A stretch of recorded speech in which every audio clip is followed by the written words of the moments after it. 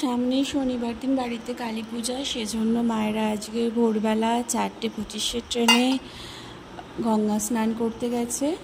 আজ বাড়িতে পূজা আমিই করব, বাড়িতে বলতে আমার বাবার বাড়িতে।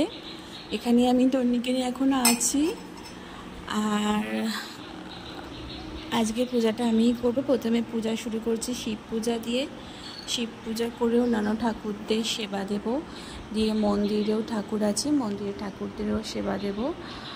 আর শিব ঠাকুরের পূজার জন্য অনেক কিছুই লাগে, কিন্তু দুধের এখন সকালেই ব্যবস্থা নেই, কারণ বাসি দুধ দিয়ে পুজো করা যায় না, আর সকালে দুধ দিয়ে যায় না, সেজন্য আমরা একটু দুধ না দিয়েই পুজো করলাম। মন থেকে ঠাকুরকে যা কিছু দেবে ঠাকুর সব কিছুই গ্রহণ করবে, সেখানে মনের পবিত্রতা সব কিছু, আর কিছু দরকার প্রয়োজন হয় না। আর ভগবান সর্বত্রই রয়েছে, আমি এটাই বিশ্বাস করি।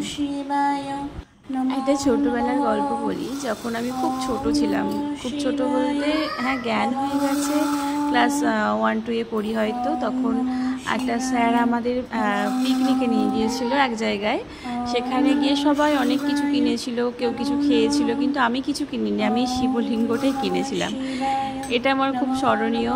আর এই শিব ঠাকুরটা আর এই শিবলিঙ্গটা তখন থেকে এখনো পর্যন্ত আমি পূজা করি। যখন এখানে থাকি রেগুলার হয়তো করা হয় না। আর আমার মন্দিরে ঠাকুর আছে, মন্দিরে হরিনাম হয়, তুলসী মঞ্চে এখানে হরিনাম হয়, এখানে মহাপ্রভুর বাস। কালীমার পুজো তো আছে, আপনাদের বললাম। সব কিছু মিলিয়ে মিশিয়ে পুজো করলাম আজকে। হয়তো সবটা দেখাতে পারলাম না।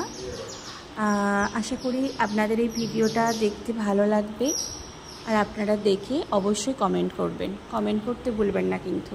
কি বলো তো, তন্নিটা এখন ছোট, সেজন্য রেগুলার ব্লগ করা হয় না।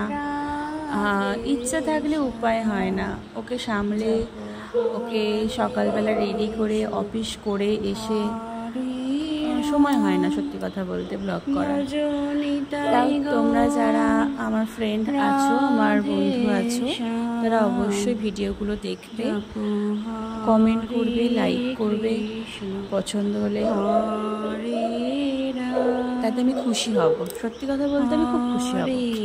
কৃষ্ণ হরে কৃষ্ণ কৃষ্ণ কৃষ্ণ হরে হরে।